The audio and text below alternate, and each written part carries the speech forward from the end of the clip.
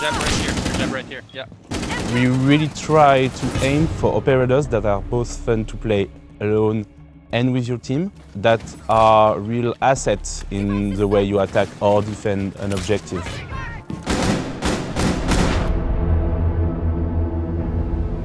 Nomad comes from this wealthy Moroccan family. She got to travel a lot as she grew up, and as she got older, she decided to travel on her own. So she's recruited for being really tough, being able to endure any kind of weather, pretty much. She wants to become the first woman to travel Antarctica alone on foot, and that requires a lot of resilience. When it comes to creating characters, it's always about iteration. It's about talking with other writers, other illustrators, other game designers, and just pitching ideas back and forth about what kind of scenarios they might find themselves in. And just the idea of what do we imagine the modern Moroccan woman may be. And I think it'd be cool to have her as a traveler, so I pitched that idea, went with that angle, and a lot of people liked it. The air jab launcher came about when she went on a solo expedition in Kenya, and she wanted to find a way to push back the predatory wildlife without hurting them. It felt a bit underwhelming to just have a frag grenade. So we wanted to add some punch into it. So basically pushing people back was really like the obvious thing to add to the gadget to make it really useful and cool at the same time.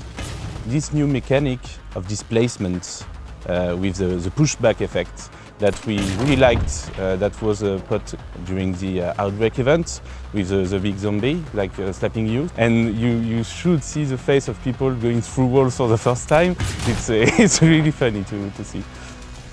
She's kind of a mix and match for fighting, but as well traveling. So we started to look more into sportswear, to do trekking into the mountain. What is the military is wearing, what is compatible together. We are trying to not take something that exists exactly the same. When we have a good silhouette, we go with these assets.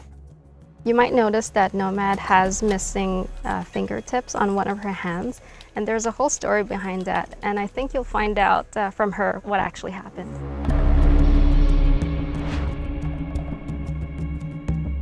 You know, this guy is the commander. Even if he's an old character, it's one of the older operators, you don't want to mess around with this character. So this is the presence we tried to put visually on him. They really wanted somebody that was this imposing leader of a fortress who had a reign over it, and there were thousands of students that would come there to this very prestigious school that's gone on for generations and generations and fostered and cultivated a whole bunch of soldiers and past soldiers, and for the future. I think that's really what's important to him, and he wants to do the best job that he can. The dagger was an important thing for us because the commander passed to each other when they are in charge in the fortress. So when one is going, a new dagger is forged for the new commander. As long as he's the commander of the fortress, he will always wear it proudly on him. For the beard, we explored a ton of stuff, to the classic, to the hipster beard. But in the end, it goes with the story of the character. This guy is so organized, his beard should be trimmed pretty well as the character. Well, we began by just finding something to protect hatches, reinforced hatches. At first we tried with a mute effect. It was working, but not as good as we expected. So we just wanted to try with electricity. For his spider claw, or the Artilla electro claw, as it's officially known, I was just doing some research, and I remember that there are, in the Berber Mountains, there are these spiders that are like cartwheeling spiders, and I thought, oh, maybe it'd be cool if, growing up in the mountains, he had developed a love for those spiders, and then why not affix that love for those spiders onto his gadget. We reworked the electricity look because it was kind of subtle, like before, specifically on walls. So now it's really clear, like you see the big electrical arcs coming from metallic parts, and you don't have to try to just tickle the wall to see if it reacts. It's really clear from afar now. Commander in Moroccan Arabic is Qaid, and they're like, that's perfect, that totally goes with all the other operator names that we have. His real name, his civilian name, is Jalal El-Fassi. And Jalal is actually a nod to one of our tech guys here because he had spent so much time working on the game, and he is Moroccan.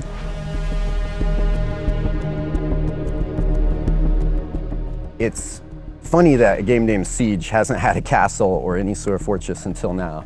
But with Commander Caid's family Casbah, it finally fills that hole in our lineup. We really wanted to bring the rainbow world and lore to life in a new way that hadn't been done before. And a lot of times our maps, while they have a story standpoint, it doesn't feel as connected, especially to the operators.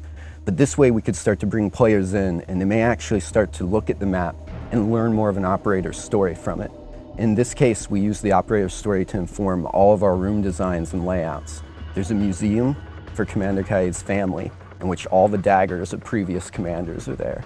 For this fortress, in fact, at the beginning, I started to look to the classic Morocco because we always want the player to have this feeling of traveling, going somewhere never been before in the game. It's more a feeling when you go to a specific place, like the dust, the sand. What do you feel when you're there? So I think the overall colorful feeling, the sand, the dust, the heat from the sun, I think you can really feel it now in the map. Many people on the team, including one of the art directors, is Moroccan. And they were able to, as I designed and worked, just lend real day-to-day, on-the-ground insight to like how these structures work and why people are living in them or doing these certain things. And that allowed me to see it in a new way that you don't get from just reading about it. We began to really make the map feel different. We actually started all the map conceptual prototypes and layouts from real-world Casbah architectural plans. We really tried to take all the inspiration we could from Morocco as a country, and it has very unique architecture that when applied to maps will change the gameplay in ways other maps haven't had. One way is exterior staircases. Even on their Casbahs and in the map Fortress, there are many exterior stairs that it gives attackers new and unparalleled opportunity to get onto the roof and project power downwards. And this is going to be an interesting situation defenders are going to have to cope with. As opposed to other traditional maps, the rooftop space is used as a living space. It's a very cool, natural place to relax. So the rooftop, as opposed to previous maps that's usually deader space because no one's on the roof, now is much more open and presents more opportunities than maps previously because it's someplace that people live.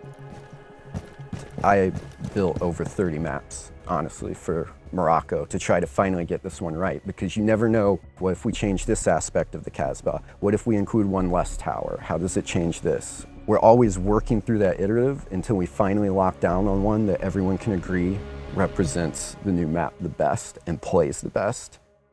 With Bastion, instead of just checking the meta, just trying now to reinforce it and to add more options around it, but in a really different flavor. That's what we were aiming at.